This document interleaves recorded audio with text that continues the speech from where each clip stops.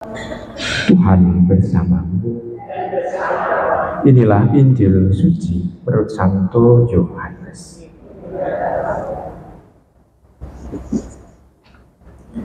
Dalam perjamuan malam terakhir, Yesus membasuh kaki para muridnya. Sesudah itu ia berkata, "Aku berkata kepadamu, sesungguhnya seorang hamba tidaklah lebih tinggi daripada tuannya, atau seorang utusan daripada yang mengutusnya. Jikalau kamu tahu semua ini, maka berbahagialah kamu jika kamu melakukannya. Bukan tentang kamu semua, aku berkata. Aku tahu siapa yang telah kupilih. Tetapi haruslah genap nas ini. Orang yang makan rotiku telah mengangkat tumitnya terhadap aku.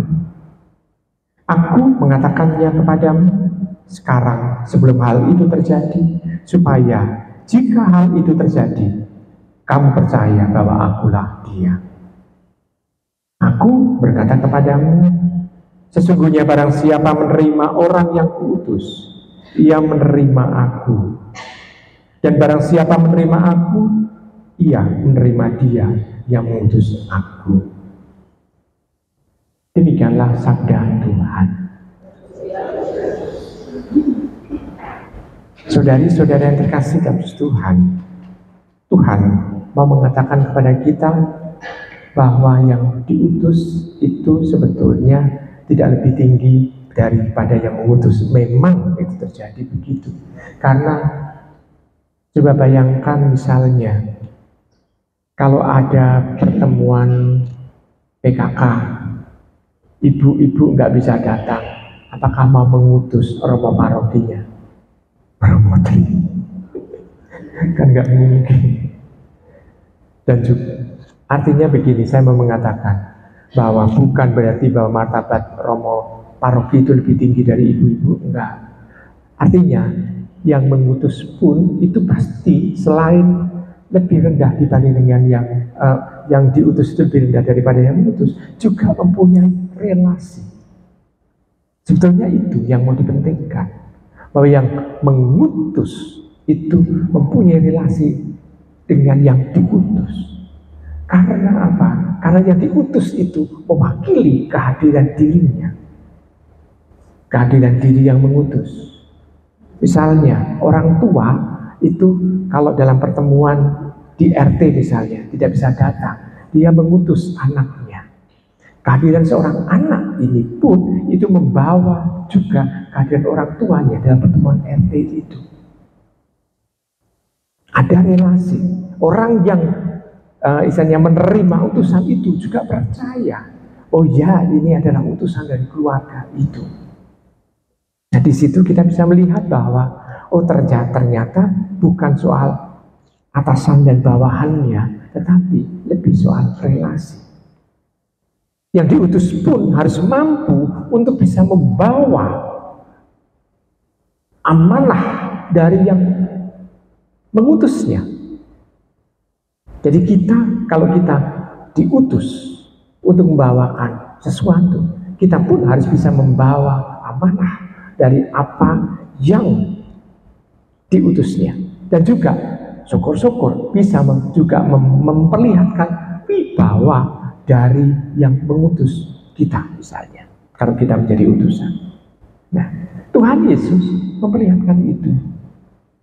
Dia memperlihatkan bahwa dia diutus Bapa, maka dia memperlihatkan kehadiran Bapa di tengah-tengah orang banyak. Pewartaannya maupun dengan mujizatnya. Ini memperlihatkan bahwa dia memang seorang utusan dari Bapa itu. Nah, dia sekarang mengutus kita. Maka mampukah kita juga memberikan kepada orang lain itu kehadiran Kristus, sehingga orang itu juga memperlihatkan bahwa relasi kita dengan Kristus itu adalah relasi yang sangat dekat. Sabda Tuhan, tindakan Tuhan yang penuh kasih juga diperlihatkan. Nah, saudari-saudara terkasih dalam Tuhan, maka kita bisa melihat di sana bahwa kita itu tidak hanya sekedar bangga Tuhan memilih kita, tetapi Tuhan menekankan relasi kedekatan kita dengannya. Dipilih oleh Tuhan, kalau kita menjadi utusan, berarti kesempatan kita dekat dengan Dia adalah kesempatan kita untuk menjalin relasi yang akrab dengan Dia. Tuhan mengundang kita untuk intim dengannya. Keintiman itulah yang kita bawa untuk menjadi utusan. Dan menjadi utusan berarti kita harus mampu untuk mewartakan bahwa Dia ada. Utusan bukan hanya menyampaikan sabda-sabdanya, keinginannya, rencananya, tetapi juga kita bisa merasakan apa sih sebetulnya yang dirasakan oleh Tuhan, kok Dia mengutus aku.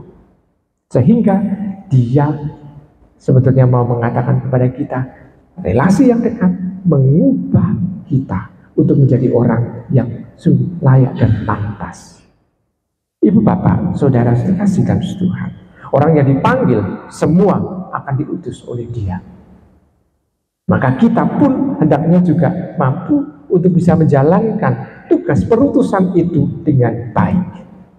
Nah, kita sudah memakan roti dari Dia, maka kita juga wajib untuk bisa melakukannya dengan baik pula. Selamat merenungkan.